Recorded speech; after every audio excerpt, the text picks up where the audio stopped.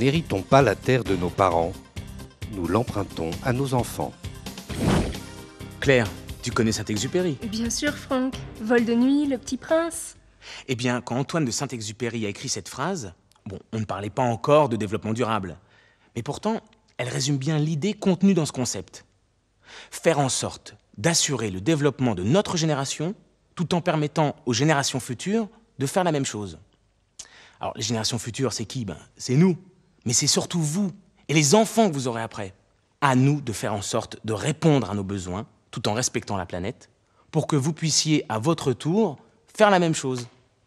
Alors explique-nous. Eh bien, la Terre a besoin d'être protégée, car nous la rendons malade. Vue d'un satellite de 500 km, c'est une petite boule baignée de bleu, usée, couturée des plaies portées par les hommes. C'est à chacun d'entre nous de faire un geste pour la soulager. Ne pas puiser dans ses ressources, qui ne sont pas illimitées. Et surtout, éviter de la polluer. Et comment veux-tu faire pour changer les choses? Donne-moi des exemples. Eh bien, ne pas prendre sa voiture pour faire 500 mètres. Ne pas laisser couler l'eau sans raison. Bien éteindre la lumière quand on quitte une pièce. Ne pas jeter à la poubelle des produits que l'on pourrait recycler. Par exemple, les emballages. Mais les emballages sont indispensables pour protéger les produits que nous consommons, pour les ranger, pour les transporter, pour les conserver. Mais ils sont fabriqués à partir de matériaux prélevés dans la nature. Oui, c'est le carton des yaourts, les bouteilles de lait, de jus de fruits, les paquets de gâteaux. Mais comment peut-on les réutiliser? Alors, la plupart d'entre eux peuvent être recyclés après avoir été utilisés. C'est le cas du métal, du carton, du papier, du plastique aussi, et bien évidemment du verre. Avec un emballage en verre, recyclé et récupéré. On retrouve un emballage en verre en tout point semblable au précédent. Et on peut recommencer à l'infini. À recycler le verre, on ne trouve que des avantages. Déjà, on évite le prélèvement des matières premières dans la nature, notamment le sable, qui sert à la fabrication du verre. Et en plus, on limite la consommation d'énergie, puisque le verre recyclé fond plus vite que les matières premières d'origine. Ah mais je comprends maintenant. C'est là que l'on peut dire que le recyclage du verre est un véritable acteur du développement durable. Voilà. Moins de prélèvements dans la nature, moins d'énergie consommée et aussi moins de déchets à éliminer. Ça, c'est formidable. C'est économique. Et écologique. En France, le recyclage du verre est organisé depuis plus de 30 ans. Et ça marche bien. Actuellement, plus de la moitié des emballages en verre est recyclé après avoir été utilisé. Mais où peut-on déposer le verre que nous avons à la maison? Comment fais-tu, toi? C'est simple. Ce conteneur, c'est un conteneur à verre. Vous en avez certainement déjà vu. Il y en a près de 100 000 en France. En plus, il y a des bacs roulants destinés aux verres d'emballage. Alors, dans ces bacs et dans ces conteneurs, on dépose tous les emballages en verre, quand on les a vidés. Les bocaux, les bouteilles, les petits et les grands pots. Et surtout, rien d'autre. Régulièrement, les conteneurs et les bacs sont vidés par des camions spéciaux qui transportent le verre dans une usine où il subit un traitement. Ah oui, je sais. On le débarrasse de toutes les impuretés qu'il peut contenir. Les bouchons. Tous les bouchons. La porcelaine. Et les sacs en plastique que l'on retrouve parfois dans les conteneurs. Ensuite, on le broie en morceaux calibrés que l'on appelle le calcin. Le calcin est livré aux usines verrières et c'est avec lui qu'on va refaire du verre. Il est fondu dans les fours à plus de 1500 degrés et moulé pour refaire des emballages tout neufs, purifiés par le feu.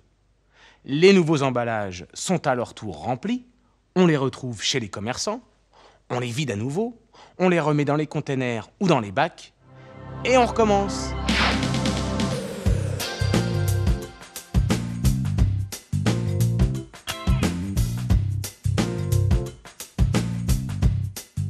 Au passage, et pour vous prouver que tout cela est très sérieux et que tout le monde essaie de faire un geste pour soulager la planète, je vais vous montrer ce petit logo, qui est maintenant pratiquement sur tous les produits. Alors, il s'appelle le point vert. Bon, évidemment, il n'est pas toujours de couleur verte, mais c'est la forme qui compte. Il signifie que les industriels qui ont emballé leurs produits ont contribué financièrement pour que les emballages soient collectés après usage pour être valorisés. Mais comment peut-on valoriser les emballages? Alors, ils peuvent être recyclés, Ils peuvent être compostés ou incinérés, et l'on récupère de l'énergie. Donc ces industriels prouvent ainsi leur sens des responsabilités. Voilà. Il y a quand même un problème. Qu'est-ce qu'il y a? Les déchets ménagers ne cessent d'augmenter. Aujourd'hui, chaque Français produit plus d'1 kilo de déchets par jour. Aux États-Unis, c'est le double. Avant de transformer la Terre en une vaste poubelle, il était urgent de prendre des mesures. Et c'est ce qui a été fait par les pouvoirs publics et qui a donné naissance au point vert. Et maintenant, tout comme le verre, VE2RE, qui avait pris une bonne longueur d'avance en commençant avant tout le monde, les autres emballages bénéficient aussi d'une collecte sélective et sont recyclés. Ces 10 dernières années, les Français ont appris à trier leurs emballages après usage pour qu'ils soient recyclés. On évite ainsi d'avoir éliminé, dans des centres spéciaux ou des incinérateurs, des millions de tonnes de déchets. C'est déjà bien. En plus, les industriels réutilisent ces produits pour refaire des produits neufs. C'est comme cela que l'on refait un emballage en verre tout neuf avec du verre recyclé. On m'a appris que le verre est un beau matériau, très ancien et utilisé dans beaucoup de domaines. Il a été découvert par hasard vers 4000 ans avant Jésus-Christ. Les premiers objets utilitaires en verre, les bols, les coupes, les bouteilles, remontent à 3500 ans. Ils ont été retrouvés dans les tombeaux égyptiens au cours de fouilles archéologiques. On dit que Cléopâtre, qui était myope, s'était fait fabriquer des lunettes. Elles étaient forcément moins belles que les miennes. Enfin, ce qui est sûr, c'est qu'à l'époque, le verre était destiné aux pharaons et à la noblesse. Aujourd'hui, c'est un matériau très répandu, très utile, et qui fait vraiment partie de notre vie à tous. Ah oui.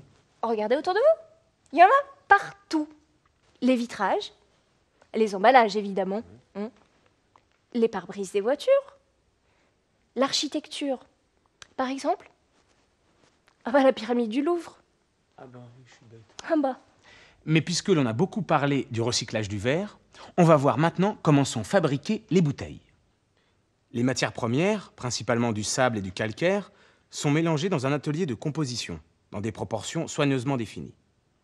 Et l'on a vu que le calcin pouvait remplacer à lui seul ces matières premières. Quand le mélange est fait, il est déversé dans un four où il est fondu à plus de 1500 degrés. La pâte de verre en fusion s'écoule dans des canaux chauffés qui la maintiennent à haute température pour qu'elle reste liquide. Une goutte de verre en fusion est coupée à l'extrémité des canaux. C'est la paraison. Elle passe successivement dans un moule ébaucheur, puis dans un moule finisseur, où elle est soufflée pour former une bouteille. Toute rouge comme du feu au départ, et qui prendra sa teinte définitive en refroidissant. Les fours verriers fonctionnent en continu 24 heures sur 24. Ça, c'est la fabrication industrielle du verre, pour les grosses productions. Mais dans le monde entier, des artistes et des artisans continuent de souffler le verre à la bouche, comme on le faisait il y a 2000 ans.